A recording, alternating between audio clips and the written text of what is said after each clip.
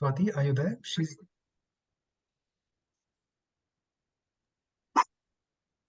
I suppose Dr. Vikram can anyway start off, and he can share his screen. Chapter which the last chapter we studied was the third chapter of the Bhagavad-Gita, which talks about karma yoga. In this chapter, we will see the pinnacle of karma yoga, what is called Jnana Karma Sanyasa, how an enlightened person and also a sannyasi, how would such a person do karma? There are many topics actually. You will see also for the first time Krishna introduces the concept of avatara. In between, there are other topics. So you will see a collage of topics in the very most beautiful fourth chapter. And we have two wonderful speakers. Over to Dr. Vikram. Dr. Vikram, please. Thank you very much, Thimappa, sir, for that very nice introduction. Namaste, everyone. Let me start by giving an introduction and a background for the fourth chapter about which we are going to be discussing today. In the first chapter of the Gita, Arjun Vishada Yoga, Vyasacharya revealed the human problem of samsara through Arjuna's despondency. This samsara problem exists in form of raga, shoka, and moha. Raga is the problem of emotional dependence upon external factors, and shoka results from this emotional dependence, resulting in grief and sorrow. While moha comes when one's mind is in grip of this emotional dependence and sorrow, due to which the mind is unable to think properly or discriminate properly. And this indiscrimination, delusion, or conflict is what is known as moha. Now, Arjuna could not overcome this problem of samsara by himself in the battlefield and therefore wisely surrendered to Lord Krishna in the second chapter, accepting him as the Guru. That is why in Bhagavad Gita, Krishna is mainly in the role of Jagat Guru. In the second chapter, Krishna gives the entire range of sadhanas required for obtaining this self-knowledge, which is the essence of the entire Bhagavad Gita. The third chapter discussed Karma Yoga in detail, while the fourth and the fifth chapters are an elaboration of the Jnana Yoga. The fourth chapter, which we are discussing today, is called Jnana Karma Sannyasa Yoga and can be broadly classified into three portions. The first portion deals with Avatara or incarnation of the Lord. The second part is Jnana Karma Sannyasa, which is a central theme of the fourth chapter. And the third and final topic is Jnana Sadhana Phalani, the means and the benefits of gaining self-knowledge. Now, with this background, we will start with the fourth chapter. In the first verse, Krishna says, he imparted this eternal yoga to Vivaswan, literally meaning the energy or nourishment giver, that is Surya Bhagwan or Lord's son. And Vivaswan taught the same to his son Manu, and Manu of the Surya Vansha in turn taught it to Ikshvaku. In the second verse, Krishna says, O Arjuna, the royal sages or Rajarshis knew this knowledge which was traditionally handed down in form of Guru Shishya Parampara. But due to the long passage of time, this yoga or knowledge got lost. Further, Krishna tells Arjuna in the third verse that the very same ancient yoga, which is the greatest secret, is being taught by him to Arjuna, as he is Krishna's friend as well as a devotee. The same ancient yoga that Sri Krishna mentions is nothing but the previously called Veda. This Veda had two parts, the Veda Purva and the Veda Anta.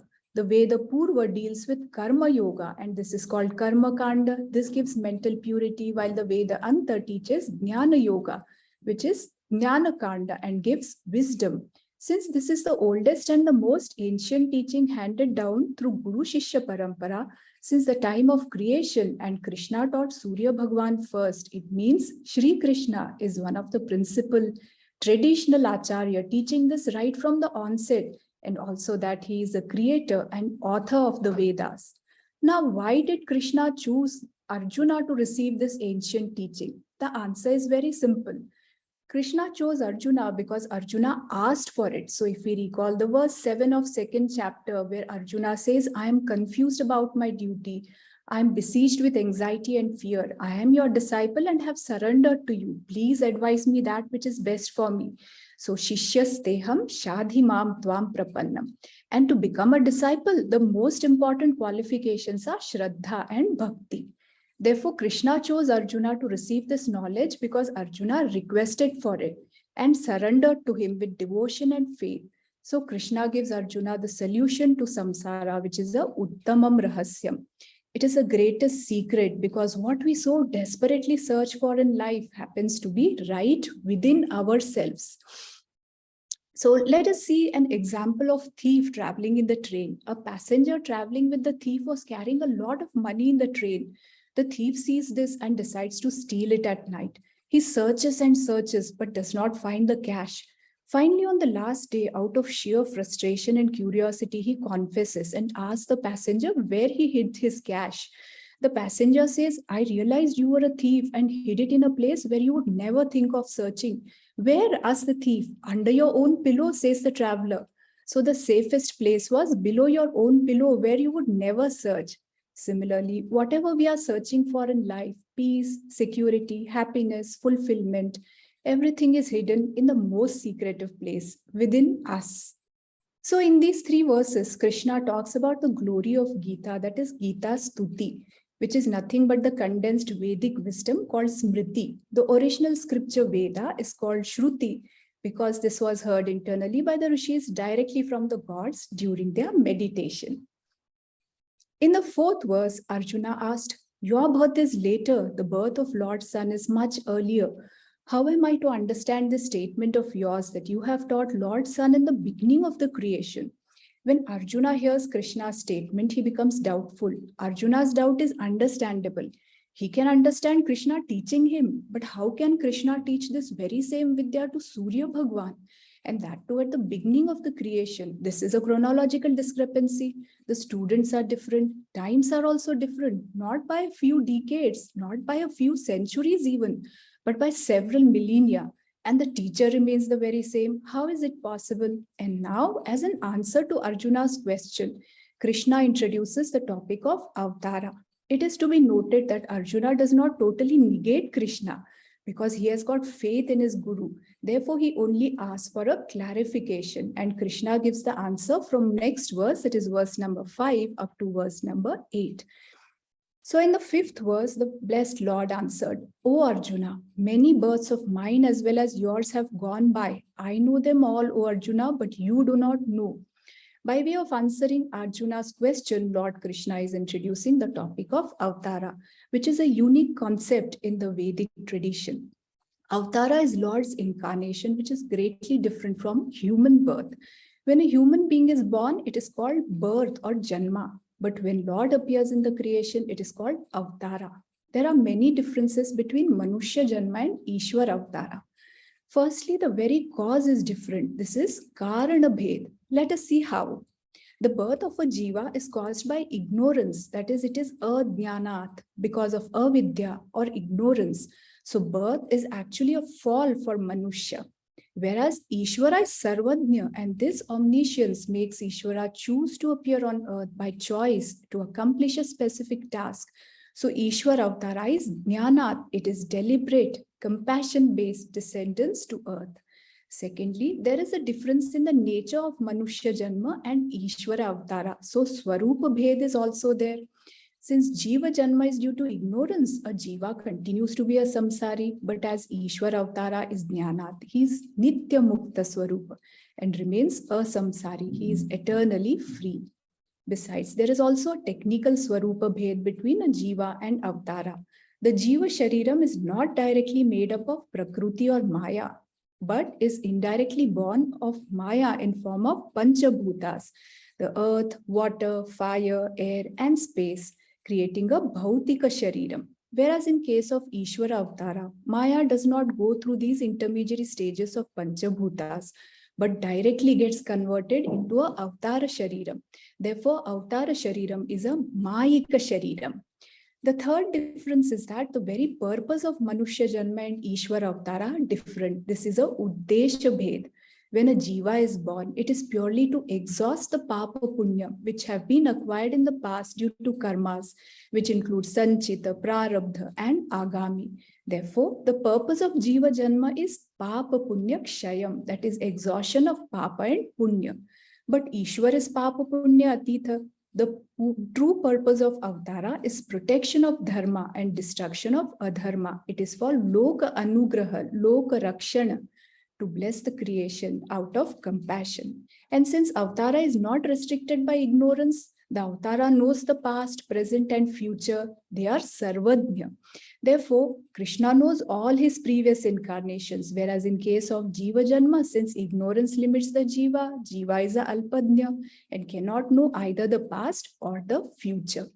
The fact of Avatara can neither be proved nor disapproved. Avataras have been mentioned in all our scriptures and are widely accepted based on personal belief and faith.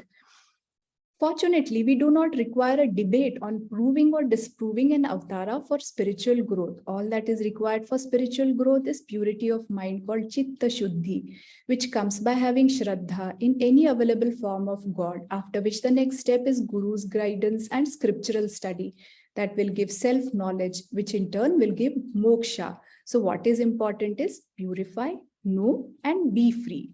In the 6th verse, Krishna talks about the nature of Avatara, where he discloses to Arjuna that even though he, the Lord of all beings, is without birth or death, he still takes birth through his own Maya, which we have just discussed. So a Jiva is only a slave of the matter with a Bhautika Sharira made up of Panchabhutas, while the Lord is a master of all matter with Mayika Sharira. In the next 2 verses, Lord Krishna tells us when he needs to take a Avatara. Both are very well-known verses, so let us read them.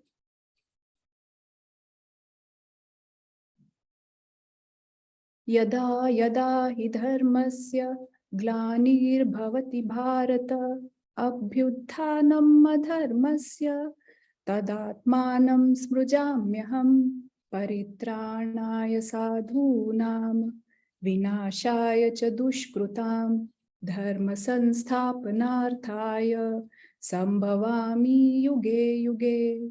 These verses became popular and well known after the Mahabharata serial. In these verses, Shri Krishna tells Arjuna that whenever there is a decline of righteousness and increase in unrighteousness, then at such times Lord will create himself for the protection of righteous people and destruction of the adharmic people in order to establish dharma. So the purpose of Avatara is given previously. The nature of Avatara was mentioned. The Lord protects dharma by protecting people who follow dharma and destroys adharma by destroying people who have caused adharma. A Kshatriya protects dharma by protecting the dharmic people and punishing adharmic people, whereas a Brahmana protects dharma by teaching dharma. And here, if we see, Krishna has accomplished both these tasks. From the 9th verse onwards, Krishna returns to the moksha marga discussion, and in this verse he tells Arjuna the path to moksha. Let us read this verse. Janma karma cha me divyam mevam yo veti tattvataha tyaktva deham punar janma naiti mameti sojuna.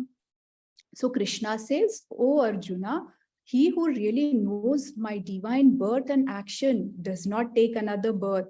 After giving up the body, he attains me. Essentially, in this verse, Krishna tells us that knowing the nature of God, that is the higher nature or Paraprakriti, leads to moksha, that is liberation. God realization can give liberation. Here, Swami Paramarthanandaji clarifies that many Gita verses talk about Atma Jnanam or self-knowledge as the only path to moksha. But in this verse, Krishna talks about God realization as a path to moksha. It is to be noted that self-realization and God realization are not two separate paths. They are the same paths with 2 different names. Let us take a simple example to clarify this. When an ocean wave realizes its true nature, it realizes that its true nature is water. Similarly, the true nature of an ocean is also water. Therefore, whether one talks about the true nature of the wave or of the ocean, it comes down to the very same water.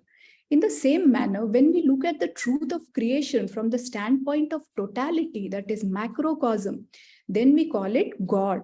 But when we look at the truth of creation from the standpoint of an individual, that is microcosm, then we use the word self. So whether one realizes one's true nature as self or as God, the seeker will arrive at the one and only final destination, that is Satchidananda Swarupa Brahman. Only when God is recognized as being non-different from me, the observer, as Tad Brahma Aham Asmi, then true knowledge or Tattva Jnanam has come, and only this Tattva Jnanam can give moksha.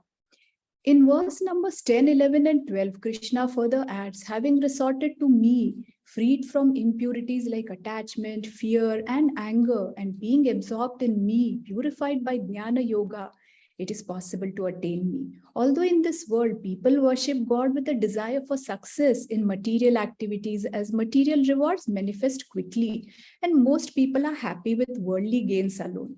However, Krishna says, whoever approaches me with any desire, I bless them with that desire, whether it is worldly material gain or moksha. He tells Arjuna that people will follow God's path by all means. Our religions give us freedom to choose our goal willingly, using our own free will. So Krishna is only advising here, not compelling, that spiritual goal would be the best goal. Although like a Parijata tree, Krishna will bless the devotee for what is asked for. In these verses, Krishna talks about God realization. God realization has got two stages. The first is realization of Saguna Ishvara, that is God with a particular form, be it Rama, Devi, Ganesha, Shiva. This includes Eka Rupa and Aneka Rupa Bhakti, that is Swarupa Bhakti.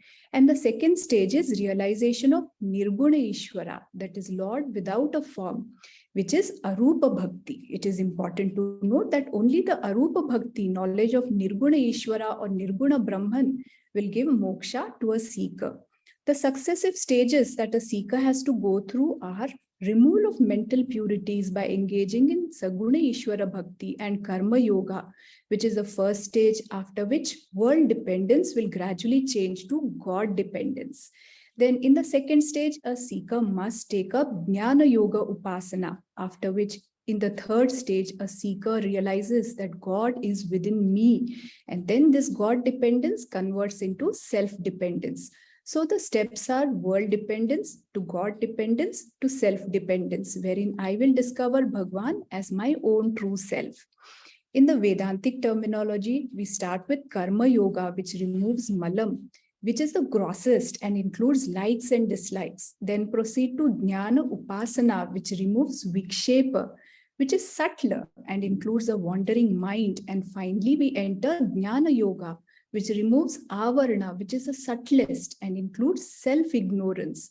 As soon as the self-ignorance is removed, the seeker will become aware of his true nature, Aham Brahmasmi. By removing all the impurities, one can discover that I minus impurity is God, Jivatma, minus impurity is Paramatma. In the 13th and 14th verse, Krishna tells Arjuna that actions do not affect him, neither do their results. Krishna has performed so many memorable actions, including creating the Vedic Varna Vyavastha, or the fourfold division of the society. Despite all his actions, Krishna remains actionless and changeless. Not only does Krishna remain so, but the seeker who clearly knows or understands Krishna is also not bound by actions. Now, a few words on the Varna Vyavastha, which Krishna mentions in verse number 13. Varna is a very misunderstood and distorted concept. Sadly, it is now often equated with a caste system and is thus the root of discrimination and oppression. However, the original Vedic Varna Vyavastha, which Krishna talks about here, had nothing to do with caste, which comes through birth or janma.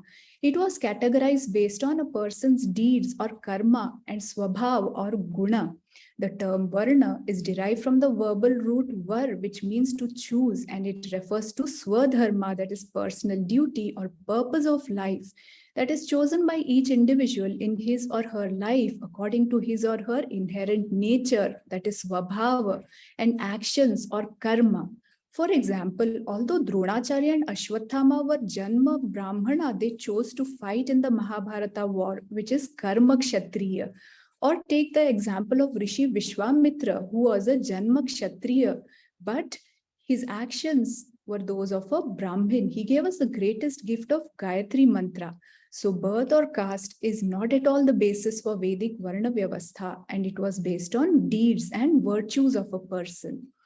Krishna presents two margas here. The first part is called Karma Marga, which is a life of activity, rightly called as Pravritti Marga. A life of effort with finite results, Anitya Phalam, involving prayer that includes dependence, acquisitions, and lots of attachment, all of which are full of defects due to bandhakatvam, atruptikaratvam, and dukkha mishritatvam. The second path is Jnana Marga, which is filled with the light of knowledge and self-discovery and is called as Nivritti Marga, with infinite results, Nitya Phalam, involving the defect-free Shreyaha, which will provide Purnatvam, completeness or fulfillment, involving self-dependence and detachment. In these verses, Krishna tells Arjuna that there is no escape from karma and actions. However, one must learn to remain unaffected by one's actions, responsibilities, and the results of actions, which can come only through self-knowledge. Once the mind is insulated by this self-knowledge, then for a jnani, karma is only a sport or leela, but for a jnani, karma becomes a huge burden. In verse numbers 15, 16, and 17, Krishna advises Arjuna, knowing this self-knowledge, even the ancient seekers of moksha perform these actions, and following their footsteps, you too should do so. In the 16th verse, Krishna mentions action and actionlessness, which will free Arjuna from samsara. Krishna will reveal more about this in the upcoming 18th verse. Further, Krishna classifies actions into three types: the recommended actions, which are good or auspicious actions, which are recommended by our scriptures; forbidden actions, which are called vikarma. These are inauspicious actions which are prohibited by our scriptures, as they will cause downfall; and inaction, which is the mental renunciation of actions and their results, which we will be discussing next. Krishna presents this knowledge as an armor against Arjuna's anxiety and tension. This has also got a practical value in our day-to-day life, as by gaining this knowledge, a seeker will get freedom from pain, sorrow, anxiety, tension, worry, and jealousy. Initially, I think my happiness and sadness depends on the world and I have no control over it. But once I realize that the problem lies in me and not the world, then I learn by practice not to be affected by external factors, and I am in control. Therefore, a jnani is the one who is the master of the situation, while a ajnani is one who is mastered by and enslaved by the situation. And by gaining this knowledge, a seeker is completely free from the tyranny of surroundings, situations, and the people. He remains unaffected by both karma as well as karma phala. Up to this verse, Krishna only gives an introduction to Jnanam as an insulator for worldly sorrows, and hereafter from the 18th verse up to the 24th verse, Krishna elaborates upon the details of this knowledge, which is a solution for all human problems. And this portion is the main topic not only of the 4th chapter, but also of the entire Bhagvadgita. The 18th verse is considered to be a very significant and also a difficult verse to understand. Let us read it. Karmanya akarmayah pashed akarmani cha karmayah sa buddhiman manusheshu sa yukta krutsna karma kruta. Now, if we translate this verse literally, a wise man sees inaction in action and action in inaction. It does not seem to convey anything and therefore will certainly require more probing. This verse can be understood only if we recall the basic teaching of Vedanta, that every individual consists of two parts in his personality: the body-mind complex called as Anatma, Deha, Ahankara, or the self, and the second part, which is a consciousness principle known as Atma or Dehi, which pervades the body-mind complex and makes it sentient. Swami Paramarthananda Ji gives a simple example of bulb and electricity here. The bulb may be compared to Sthula Shariram and the bulb filament may be compared to Sukshma Shariram. Light is not produced just by the bulb and the filament alone, but by an invisible principle, the electricity, due to which alone the bulb and filament light up to produce light. Similarly, the Atma or Chaitanya pervades the body-mind complex to make it sentient and alive. The electricity is an independent principle and it will continue even when the bulb is broken or fused. Also, even though the bulbs are many in number, the flowing electricity is one and the same. We can apply the same analogy to Atma and Anatma and we get some notable differences between the two. So an Atma is all-pervading, nitya, ekam, nirgunam, nirvikaram. While an anatma is limited by time and space, it is anityam, anekam, sagunam, and savikaram. The consciousness principle or Atma is all pervasive and therefore cannot perform any action, just like the space, because all actions involve movement, and as the Atma is all pervading, it cannot have movement. Hence, Atma, the consciousness principle, is ever actionless and ever free from actions or karma. Atma does not have to renounce or give up karma because it never has any karma. This is the first lesson of this important verse. The second lesson is that the body-mind complex, otherwise called as ahankara or ego, can never be free from action, since it is a finite entity made up entirely of matter. While consciousness is eternally motionless, matter is in eternal motion. Even while at rest, scientifically speaking, at subtle level, the atoms, the electrons, protons, neutrons are in constant motion. Hence, at anatma level, motion can never stop. Even when the anatma is at rest, there is motion in potential form. There is motion in seed form. So at anatma level, karma cannot be given up, while at atma level, karma need not be given up. Therefore, wise person sees the actionlessness of Atma, the permanent peace and restfulness of the Atma, even when there are actions going on at the Anatma level. Likewise, a wise person sees potential action even in the actionlessness of the body-mind complex.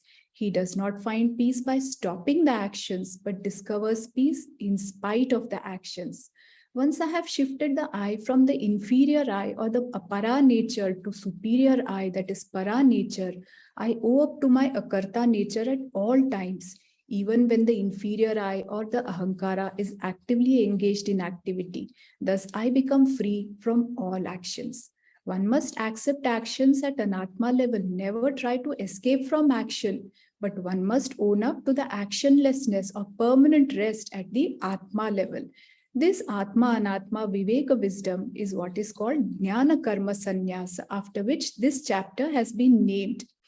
This verse being a subtle verse, Krishna himself elaborates this verse from verse numbers 19 to 24. Elaborating on the earlier verse numbers 19 to 21 talk about a jnani who has attained purnatvam, fulfillment, completeness. And one may think, if such a jnani is going to be satisfied all the time, will there be any motive to work for? Krishna clarifies here that such a person can work better with contentment, especially when the driving force for such a jnani is loka anugraha, for the greater good of the society out of love, compassion, and goodwill, just like a mother is motivated to act for her child. Self-acceptance is beautifully expressed as world acceptance in case of a jnani. He does not travel from unhappiness to happiness, but travels from happiness to happiness only. He succeeds happily and fails happily also. And as a jnani does not identify with body-mind complex or ahankara, his actions do not get any papa punyam. So no birth and death cycle once his prarabdha is exhausted, and the fire of Jnanam burns down all his agami karmas, and thus a jnani becomes a videha mukta. He attains moksha. Krishna describes two types of jnanis here, a grihastha jnani and a sannyasi jnani. He talks about grihastha jnani in verse numbers 20, 22, 23, and even 24. And only in verse 21, Krishna talks about sannyasi jnani. Krishna also discusses two types of renunciations known as karma sannyasa. One is external or bahya sannyas, and the other is internal renunciation through vairagyam or detachment. Both are equally eligible for knowledge and moksha. Moksha depends on wisdom, on jnanam, and not on the ashrama, be it a gruhasthashram or sannyasashram. One must learn from the lotus leaf, which remains in water all the time but does not get wet. Or to take another example, one must be like the non-stick dosa pan, keep making crispy, delicious dosas, but don't let them stick. Similarly, when I learn to detach from actions internally, it is called internal renunciation, and Krishna calls this Jnana Karma Sannyasa Yoga, that is renunciation of action through knowledge. Thank you very much. Hari Om Tat Sat. Dr. Vikram will take up the remaining discussion of this chapter. Thank you. Thank you, Minal. Hari Om. So Sri Krishna is discussing the central theme of this chapter. Now, verse 22 is a very interesting and practical verse. A learned person accepts whatever is the result of his action. It may be a desired or not so desired result, siddha or asiddha. A jnani remains unaffected by the pairs of opposite, vandvatita, joy or sorrow, success or failure. One can be happy about a glass being half full, or one can be unhappy about it being half empty. But for Gnani, it is very simple. It is Lord's blessing. Sri Krishna is teaching this perspective shift from seeing everything as a pair of opposite to seeing them as a Lord's blessing. When the desired results do not come, take it as a Lord's given opportunity to improve upon things. Accept the present and work for better future. For Ajnani or Karmi, all actions are like competition leading to Kama, Krodha, Lobha, Moha, Madamatsarya. And life is a struggle and a source of constant unhappiness. But Jnani sees them as Leela or role play. Now, the question is Krishna adequating a listless life or an effortless life? Absolutely not. Our actions are a very important contributor to future result. Therefore, we have to make best possible effort to achieve desired outcome. However, beside our own effort, there are certain factors which are not under our control, which may influence the outcome. We can call it luck, inspiration, etc. Here it is collectively called as Daivam. Therefore, the result of any karma cannot be predetermined. It may be less or even better than what we have desired, but everyone must follow their swadharma and duty as laid down by Shastra. Now, this is a picture, very interesting. This is India's first hand transplant patient. The person in the middle is basically an Afghan soldier who lost his both limbs while fighting terrorists in Afghanistan. And the lady in front who is doing namaskar is a mother of a young boy who died in an accident, and mother consented for hand transplant and donate the hands. And the third person smiling there is Dr. Iyer, who did country's first hand transplant.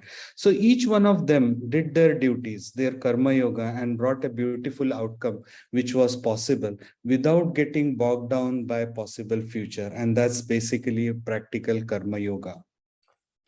Now, in verse 23, Sri Krishna describes a Grihastha Gnani who is also on a spiritual path but continues to fulfill his duty as a family man. Sri Krishna is highlighting that outer renunciation as sannyasi is not absolutely necessary, but what is necessary is the internal renunciation. Therefore, Gnani, know whatever I possess, including this body, is a temporary gift or a loan from Lord.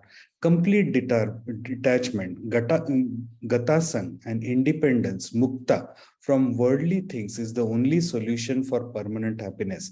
Such a person performs all worldly action as service to Lord. Jnani acts out of happiness, while Ajnani acts for happiness.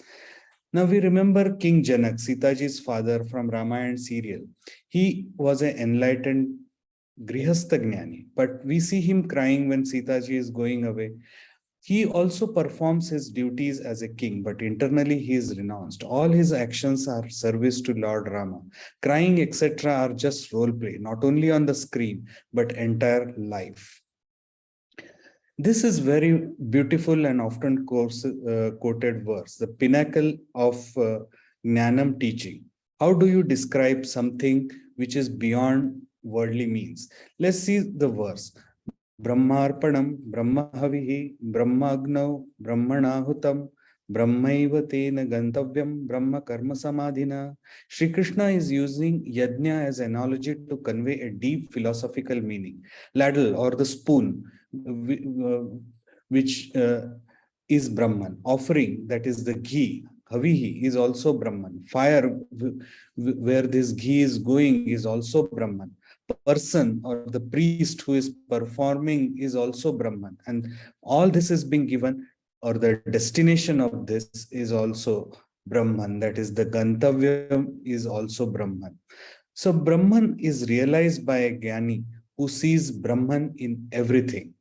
As Ishavasya Upanishad starts with and puts it very beautifully, Ishavasyam idam sarvam. Everything is divine or everything is God. So the Vedantic progress, 3 steps have to be undertaken. First, there has to be an identification of Atma, Anatma, Viveka, that there is something beyond body-mind complex. The second is to claim that I am that consciousness principle. And the third and the final stage is there is no matter principle separate from me, the consciousness. Everything resides from me and everything has come from me. That's the Brahman or the consciousness. With this, Sri Krishna concludes the Jnana Yoga teaching. This teaching has been summarized by great masters. Swami Vivekananda has put it very beautifully. All differences in the world are of degree and not of kind, because oneness is the secret of everything. So at paramarthic level, there is oneness, but at Vyavaharik level, there has to be role play. Vyavaharik means transactional level. For example, if we come across a wild lion in the forest, we have to do whatever is necessary to save our lives. Since nature of lion is to attack, we need to protect this body, which is then utilized for service of Lord and Jnana Yoga. Even Sri Krishna ran away from battlefield when circumstances were not favorable. So one of the name of Sri Krishna is Ranchod Das. From 25 verse onwards, Sri Krishna mentions certain disciplines or sadhana which are required for achieving Jnanam. These sadhanas are called here as yajna. The highest yajna necessary for achieving Jnanam is called Brahma Yajna or Brahmagni or Jnanagni, Atmagni or Atmanevedyam. This is the highest and the most difficult level of sadhana to achieve the Jnana. It is only possible after achieving Jnana Yogyata. What is this yajna? It is offering yourself or your ego as oblation, mentioned figuratively, and identifying with the higher self or Brahman. Multiple other yajnas are described here, which are basically preparation to achieve Jnana Yogyata. Performing Vedic ritual is Deva Yagna. Oblations are given to various Devic deities, and this constitutes Deva Yagna. The third yajna mentioned here is Indriya Sanyama. So the sensory discipline or damaha, it is discipline, not suppression. Suppression is not desirable for spiritual progression. In fact, it is bad for spiritual progress. It is voluntary controlling the sense organs like Mauna Vratam, Upasa, etc. The next one or similar one is Vishaya Bhoga Yajna, mastering the sense pleasure. One should be master of the sense pleasure, and sense pleasure should not dictate us.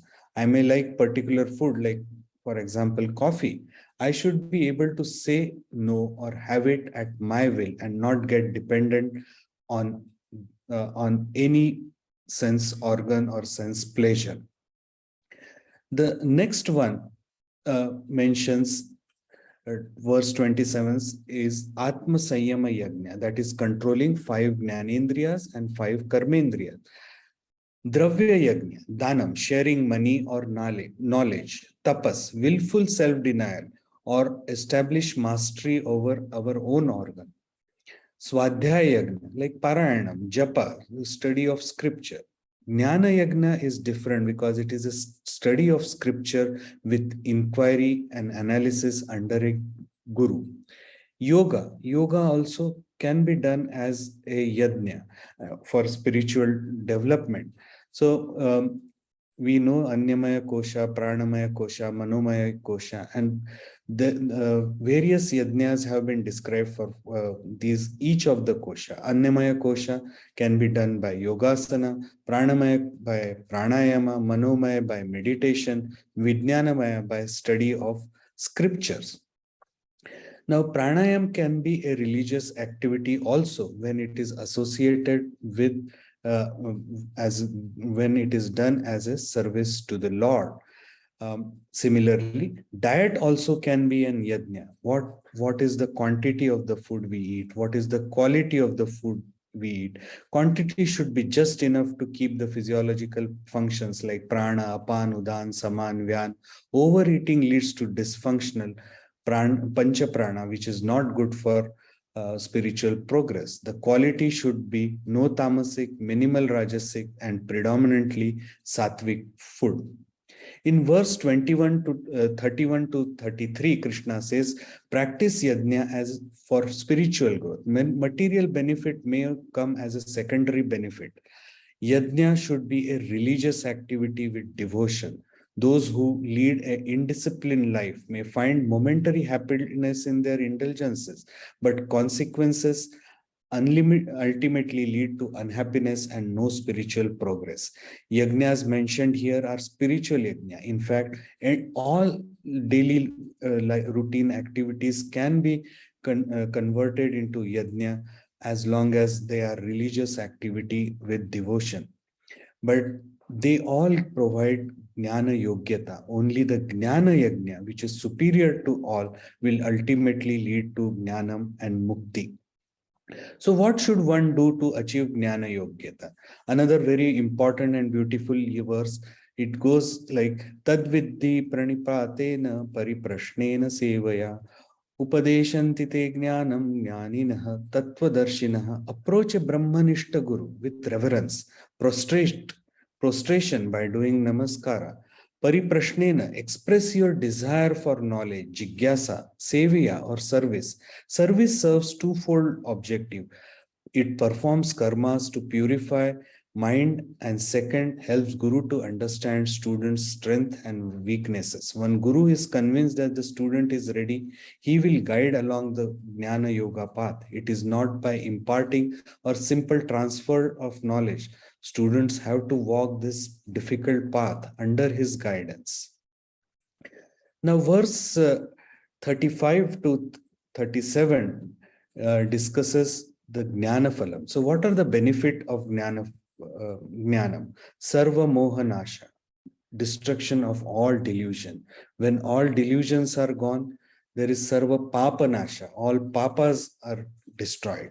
Then, if there are Papa gone, then there all karmas are lost, destruction of all karma. Since there is no action happening, there is no agami, and sanchit and prarabdha are exhausted, which ultimately leads to Jivatma, Paramatma, Aikyam or Moksha. Verse 39 states what are the essential qualifications or the preparation requires. Samyate Indriyani, that is, all organs should be integrated. That is, in other words, karma, jnana yogyata. Tatparaha, tat means moksha, para means top priority. Moksha becomes the most important priority in the life. And Shraddhavan, have faith in Vedas, have faith in Guru. Verse 40 talks about the obstacle. Who fails to reach this stage? 3 obstacles Sri Krishna described. Ashraddha, no faith in Guru, no faith in scripture. Ignorance and no attempt to get Jnanam. Samshayatma, that's Sri Krishna is criticizing a lot here. Self-doubting person will not only be not progress spiritually, but will be unhappy in this life, and thereafter also after death he will continue to be miserable. The next 2 verses are the summary. 41 and 42 verses summarizes the entire teaching. In 41th verse, Sri Krishna says, action do not bind Jnana Yogi, who has realized that he is, as an Atma, is not performing any action. The body-mind complex will continue to perform its worldly duty, but he has a complete sense of detachment. This is the Shravanam stage, that is Sanyasta Karmana. Jnana Sanchaya, all doubts are removed by conviction. I am convinced by the knowledge beyond doubt. This is the Mananam stage. Atmavantam, the knowledge is permanently imbibed. That is the Nididhyasanam. Now, the last verse of this chapter, Sri Krishna says, "Hey Arjuna, with the sword of knowledge, destroy doubts about karma and ignorance about the selves." This is the essence of Jnana Karma Sanyasa Yoga. Use power of knowledge to give up doership and expectation about desired result. And therefore, Sri Krishna is asking him to follow his Swadharma and fight a righteous war for a greater good.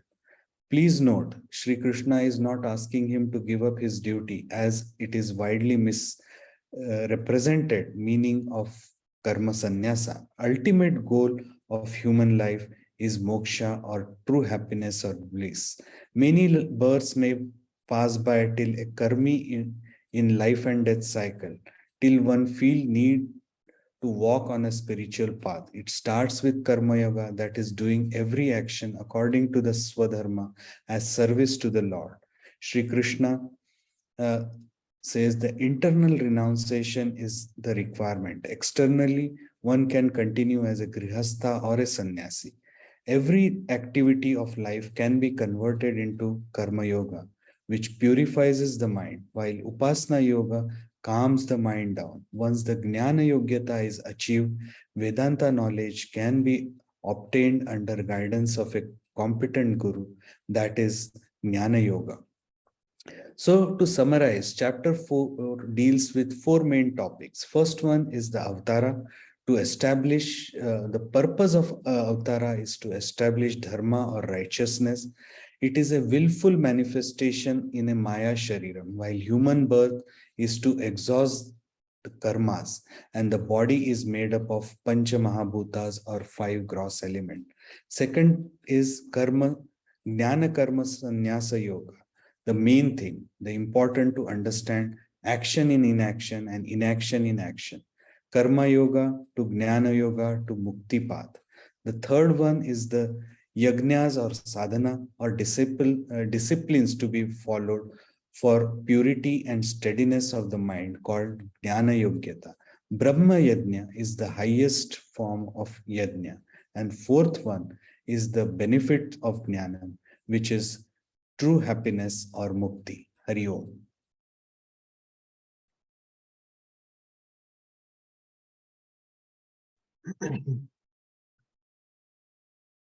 Thank you, Dr. Minal and Dr. Vikram. That was really very beautifully put.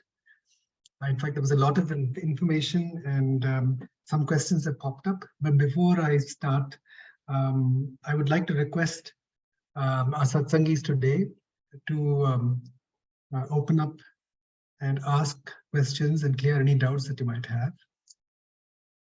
So please go ahead.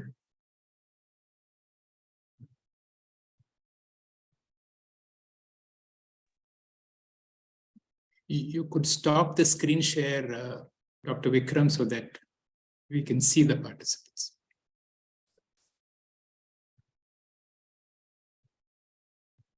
So has anyone got any questions? Okay. I do have some questions. I'm asking these questions also for everybody's benefit. So I had jotted down a few things, but before, the first thing that came to my mind was, could you just explain a little bit about what is Shruti and Smriti, and probably the difference between the two, on how the wisdom is passed on through the ages?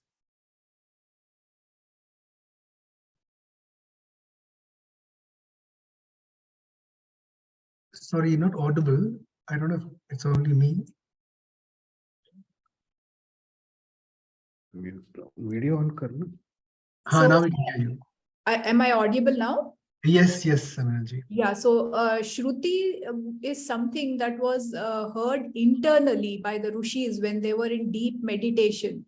And it is said that this was heard directly from gods. So whatever are the Vedas, they don't have a human origin. It is said that they all have a superhuman origin. So this is what is a Shruti. Smritis are something that was known to the rishis and have been passed on for generations through Guru Shishya Parampara, through memory. through teachings. So that is the difference between a Shruti and a Smriti. Thank you, Minalji. So if anybody else has any questions, please do interrupt me and ask your question, because I do have a few questions that have come up. So is there anybody else who would like to ask a question?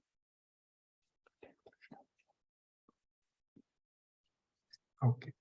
So while you think of your questions, I'll go on to the next question.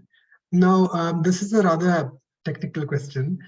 You spoke about different types of karma. Could you just elaborate on what is prarabdha karma, agami karma, and sanchita karma?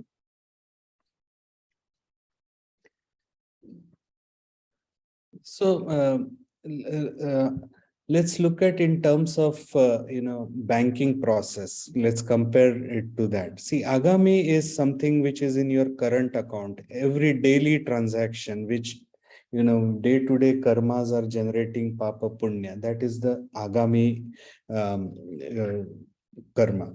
Then you have something in your fixed deposit, that is sanchita. So each one of that is stored in your cloud, and some of it fructifies as a prarabdha. So each one of us is born with the fructified sanchita, which comes and we are born with that sanchita, and that possibly determines the early stage of our life, what kind of birth we get, what kind of security we get in our earlier life before we start accumulating the agami. Okay, so that is your prarabdha karma.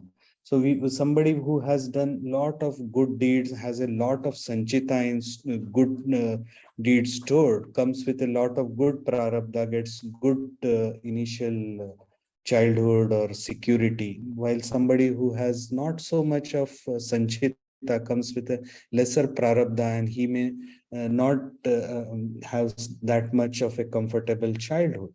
So that is how you can compare it to the banking system. Agami is current account. Maybe you can say prarabdha is your fixed, and sanchita is something sitting in the cloud.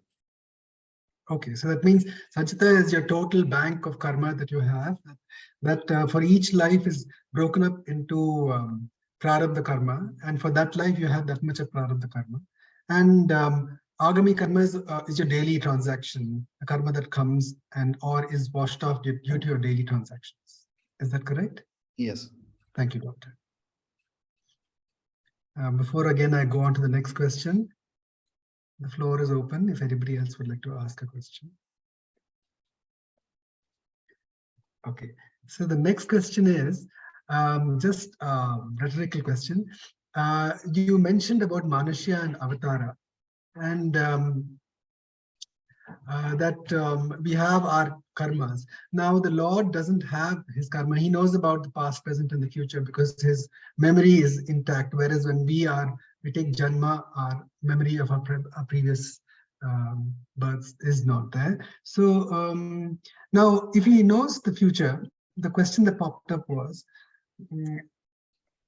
is that many versions of future? Because there is, of course, our free will in every activity, every action that we have every day, we have the choice of free will. Now, suppose we were to take choice A, then the future would be following that path. If we take choice B, then the future would follow that other path. So if the choice is open to us as Atmas, then the future can be multiple and varied. So how does that work when it comes to, the divine awareness, does it include all the futures that we've all gone through in multiple dimensions? And that's how we become whole and complete and realize and self-realize? That's a very nice question, really. I think that, yes, there is some amount of free will that Manushas do have, but having said that, that also requires grace of God, that is Daivam. And you do need a good supporting environment, good health. There are so many factors that are there. So, free will has to be coupled with the other two factors, environmental as well as God's grace. Daivam. Yes, I understand. So that means we have multiple options, and I even been exposed to the thought that perhaps there are different versions of us in multiple dimensions, exploring various choices and going through the experiences. Possible. Okay, so that was another technical question. Now, again, to our dear Satsang family, if anybody else has to come forward with a question, please do. Stop me at any time, please feel free. These interesting points came up. The program was very melodiously and very kind of in a very sweet-natured manner. It was delivered by, I presume that, I don't know if there are a couple, Dr. Minal and Dr. Vikram. Yes. Same surname. Okay, so it was a very nice, nicely presented satsang by this family of seekers. So that's how the questions popped up. Now, okay, I'll just hold my peace while I frame the next question. If somebody else can ask one, please do.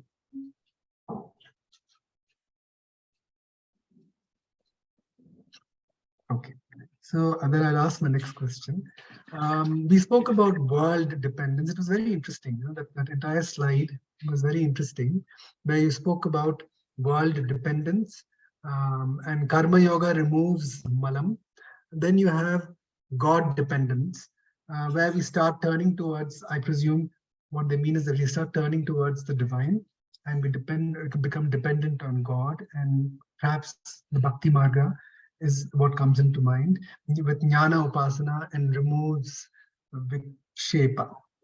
And then we become, once we get the Jnana Yoga, it removes the Avarna, and there is self-dependence. So does that mean that for that to happen, we kind of connect with our higher selves on a continuous basis where we get the guidance from within? Like you don't, it's not like you're constantly praying to God and your Ishtadeva and saying, please help me, please guide me. But you come to a point where you're able to hear that inner voice, that higher I, which guides you. Is that what it means? Yeah, to be able to hear your inner voice also, I think you have to remove a lot of impurities. You know, the impurities, as I've listed in the slide, include all your likes and dislikes. You have to keep your mind focused. That is, you know, you have to really control your wandering mind. So that is going to be possible only if you follow those stages of karma yoga, jnana yoga, upasana, and then you get jnana. So yes, you do need to hear your inner voice and realize. So it is all about realization. You know, so knowing Brahman is not really a physical phenomenon. It is just having that realization that everything is within me. I don't need to seek for some things outside of me. That's what the whole thing is about. So initially I am dependent on the world. You know, my moods are controlled by the world. Then later on, I realized that, well, I should not be dependent on the world. I'm going to be dependent on God. So I start praying to God. And then this God dependence will change over to self-dependence, because after I realize that, you know, everything is within me, that's when it becomes a self-dependence. So that's what this means. Thank you. That was wonderful. Wonderful news for all of us. That we're not so separate from God after all. And very wonderfully put when you said I minus the impurities is God. So I always see that we are in like that wave in the ocean. We are a little droplet, or the Atma is some kind of a particle of God. Yes. So again, I'll just hold my peace and let somebody else ask the question now if they wish to, while I fetch the next one.